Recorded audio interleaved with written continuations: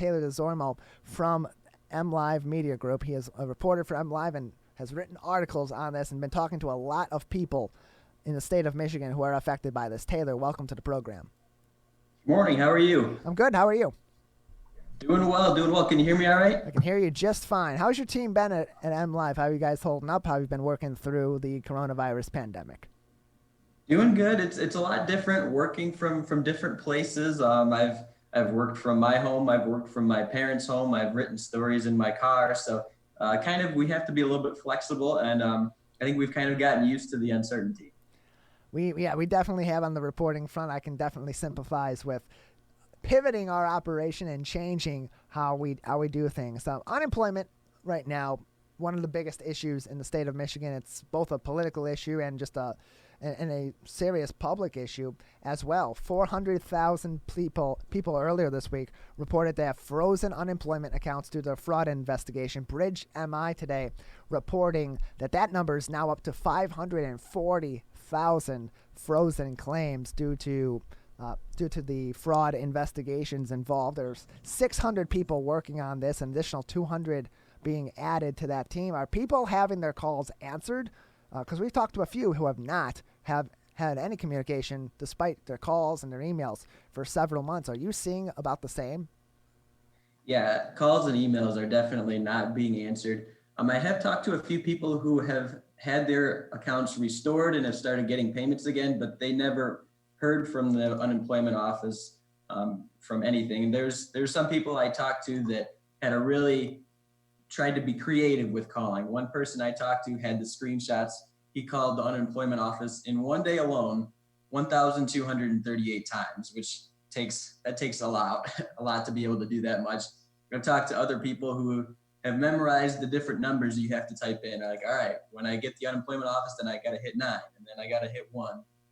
And some other people have tried getting all their family members in a room and having them all just call over and over and trying to see if they can reach anybody. And it's been completely unsuccessful. Calling and emailing right now isn't working. People aren't answering the phones, but slowly but surely, some people are getting their payments starting to come back in. But for a lot of people, there's just no answers, and it's really unclear when they might get paid. And what's the reasoning behind that? There's a large number of cases, yes, and there's only a few hundred people, just under 1,000 people working on hundreds of thousands, well over 500,000 cases that have been frozen due to fraud in this case. But why is the response rate so low? Why not even just say, hey, we're on this, we're looking at it, stand by, we'll get back to you as soon as we can from the Unemployment Insurance Agency, just to give these people some assurance that their case is being considered and looked at and people are thinking about them at the state level? Yeah, from different residents I've talked to, that's all they want. They just want to know, hey, it's going to be a week, it's going to be 2 weeks. But the unemployment office, right now they have, like you mentioned, 600 people working on this. There's another 200 people that are being trained to kind of join on and look at this fraud issue. They've also are working on getting a national forensic accounting firm to kind of help them out a little bit to identify who's actually fraudulent and who isn't. I did talk to the Unemployment Insurance Agency, and they mentioned that normally their fraud team only has 12 people, and now it has 600 and about to be 800. So they're definitely trying to beef it up. It seems like they're putting more of their efforts into looking into these accounts and trying to resolve them more than communicating with these people. But it's definitely frustrating a lot of people out there. And with good reason, too. They've been on unemployment for some of them just a few weeks, but some of them have been on for 3 months. We've been talking with someone, Lauren Kenaston, who, full disclosure, happens to be the significant other of the producer of this show, Jeff.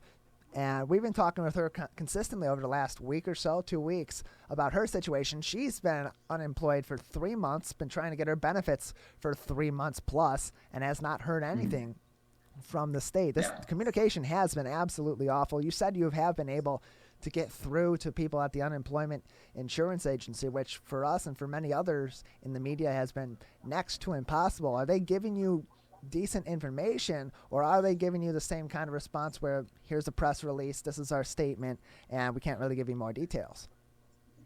Well, one of the issues is we're trying to figure out why have these 540,000 people been flagged for fraud when other people have not. What about their accounts specifically kind of brought up the red flag?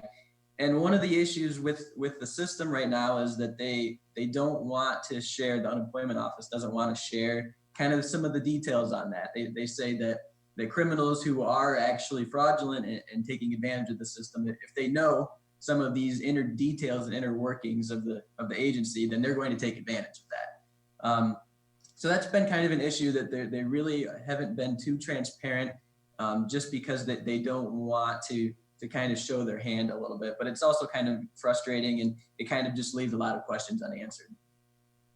And you've spoken to a lot of unemployed people in our state for their individual stories, to get their experiences on this situation. What trends are you seeing among the people that you're speaking to about what they're seeking in terms of help in this manner or communication in this matter? And are they taking similar tactics like we've seen from others to get a response in terms of calling and talking to their leadership, or are things more severe? Yeah, I mean, people I've been talking to, they've all gotten letters saying, here's how you can resolve the situation. You need to verify your identity, right? So the main way you can do that is by sending them your passport, but there's also a couple other things you can do as well. So it says you can either send in a copy of your passport in the mail, you can fax it in. There's a little bit of confusion on whether you can do it online, if that counts. But the people I've talked to, they're covering all of their bases, right? So they've sent it in the mail, maybe even more than once. They've faxed it in. They've done it online on their account. So they're really just trying to cover all their bases. And a few of them actually have been lucky enough to get their payments resolved, like I mentioned, but others are still waiting, and they don't know how long they're going to have to wait. And for some people, that really is really hurting them. I mean, about half of these, so there's 400,000 people who still haven't gotten their payments from this issue. 200,000 of them had been getting paid before, and all of a sudden it stopped, while another 200,000 accounts had never even gotten a payment yet. And so for people who had been getting these payments all along and have been able to rely on those to help feed their family, now they don't know what to do. I've talked to one woman who had been using pretty much all of her check to pay for medication for her husband that needed it, and now there's no money for that. I talked to a guy who he doesn't know how he's going to pay his rent. So it's really coming right down to it for people, and they don't know what they're going to do. Yeah, it's tough. You don't know what you're going to do, and these people, a lot of them have been unemployed and haven't received a paycheck in several months. And if there are a couple that both have been unemployed and they have a family and they haven't received checks in several months, how are they feeding their family? How are they going to be able to feed their family or maintain their home? And some have had to make really tough decisions because, frankly, of inaction from the state to provide communication on when these benefits are coming in, and communication with resources that are absolutely needed to be in communication with in order to make progress on this issue. We're seeing that frustration move not only from those who are unemployed and attempting to get their benefits, but also to state leadership as well. There's actually an article today in Bridge, Michigan that reported that many Michigan legislatures are calling for unemployment offices, for the field offices, to be reopened, and that there was a bipartisan group that sent a letter actually earlier on actually last week on June 12th, a week ago, to Governor Whitmer's office, saying that the Michigan Unemployment Insurance Agency needs to reevaluate how it's responding to the caseload, and it's an idea that the UIA said Thursday it is considering. Do you believe that the frustration at the state level from the leadership, from the legislature, is starting to amount in a way that may be bringing on some change in this issue? You would hope so. I know I've heard from a few different legislators that when people call the unemployment office 1,000 times and can't get anybody, they try calling other people, right? And their legislator is one of the first people that they call. So I've heard from a few different legislators that have been just getting flooded with calls themselves because they say, hey, we actually answer the phone, and they're kind of feeling helpless too. They really can't do much about the situation right now. What they can do is help the situation in the long term, though. The unemployment office didn't just start having issues when the pandemic started. it's been going on for a few years now. Even back in 2013, there was a program that started called Midas, and it had a computer system that would flag people's accounts automatically that they thought were fraudulent.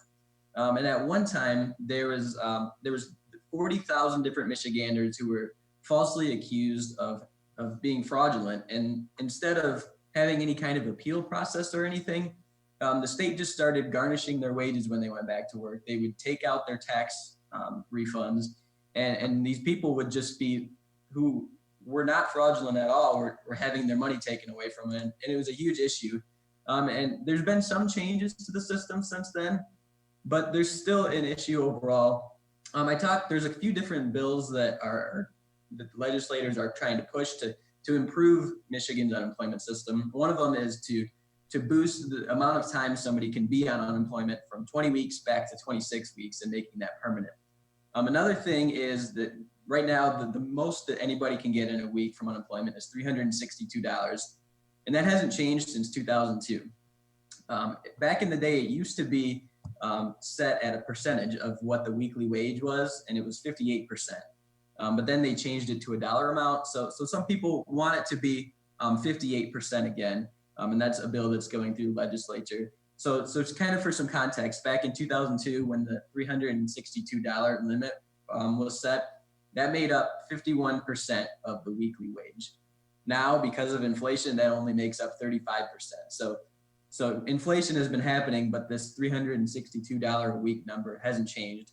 So that's another thing that people are hoping to change in Michigan. And one last thing I'll mention is it's not user-friendly, the system. There's been so many complaints of that. And I know that's something that the Unemployment Insurance Agency is trying to fix. But right now, there's just words in there that I've even talked to some attorneys. They said, I didn't even know what this meant. I had to figure it out for myself. And so just trying to make it something that the average person can understand is something that really needs to happen too. And we've talked earlier on in our program. Last week, we talked with Rachel Cole from the University of Michigan, who detailed some of the many issues with the UIA's Midas system dating back many years, as you even mentioned here. And those issues amount even greater when you have 540,000 frozen claims and 47% of state workers who are currently unemployed and looking to get their checks, and many of them are simply not getting paid at all and not getting the communication that is absolutely required. It's starting now to get more media attention. We're reporting on it. You're reporting on it. Other publications have really picked up their reporting on it as well. It's become a major issue now. Do you believe that the media attention that's being brought to these issues and to the individual stories, bringing those to light, are giving a better chance that we're going to see this solved, or at least moving the needle toward resolving this issue and getting these people their checks? In the short term, I'm not sure how much it will have an effect. You would hope in the long term that people, once the pandemic is kind of a little bit more in our rearview mirror, people will look at the unemployment system and be like, wow, we need to make some changes here.